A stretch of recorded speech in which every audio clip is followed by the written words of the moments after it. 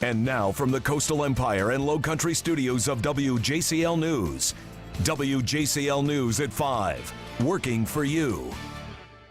And thanks for joining us on this Friday. I'm Kevin Holmes. Jennifer has the night off. We've got a lot of news coming up in the next 90 minutes, but first, we're tracking storms as they move through our area. We begin with the check of your weekend forecast. It's off to a soggy start, Samara. Well, just a bit, not as bad as it could be.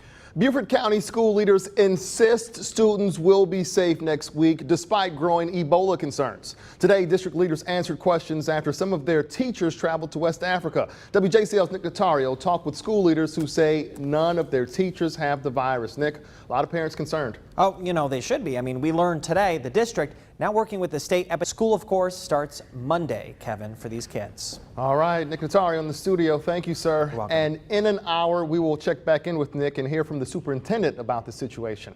So here's what you need to know about the Ebola virus. There's no cure for the virus. Between 60 to 90% of those who catch it die, but Ebola does not spread easily.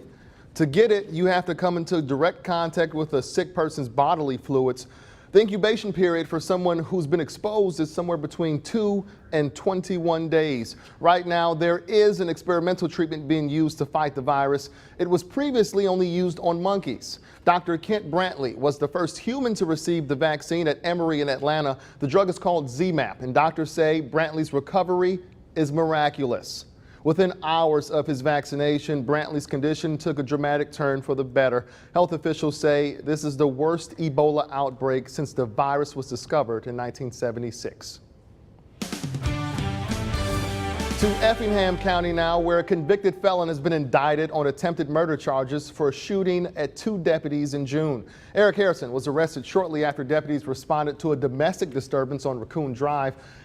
WJCL News got a sneak peek into the new Tybee Police Station, a project 25 years in the making. Our own Brandon Livornia found himself behind bars today. He got a tour of the station. Somehow he got out. Well, he's been released, and he joins us now in the studio with more. Brandon, tell us about it. Those cuffs are definitely not cuffs. Thank you, sir. Much more news ahead in the next 90 minutes. We've got you covered from Beaufort to Brooklet.